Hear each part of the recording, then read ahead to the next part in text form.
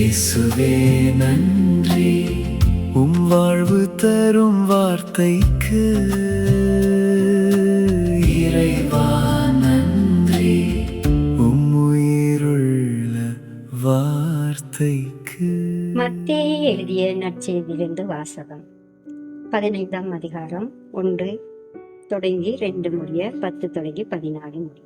அக்காலத்தில் பரிசேயரும் மறைநூல் அறிஞரும் எருசலேமிலிருந்து இயேசுவிடம் வந்து, உம் சீடர் மூதாதையரிடம் மரபை மீறுவதேன்?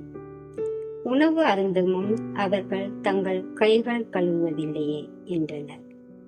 மேலும் இயேசு மக்கள் கூட்டத்தை தம்மிடம் வரவழைத்து அவர்களை நோக்கி, நான் சொல்வதை கேட்டு புரிந்து கொள்ளுங்கள்.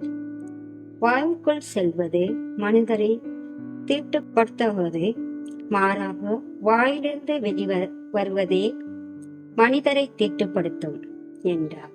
பின்பு சீடர் அவரை அணுகி, பரிசேயர் உம் வார்த்தையை கேட்டு மனவேதனை அடைந்தனர் என்பது உமக்கு தெரியுமா என்றனர். இயேசு மறுமொழியாக, என் விண்ணக தந்தை நாடாத எந்த நாற்றம் வேரோடு பிடுங்கப்படும். அவர்களை விட்டுவிடுங்கள். அவர்கள் குருட்டு வழிகாட்டிகள்.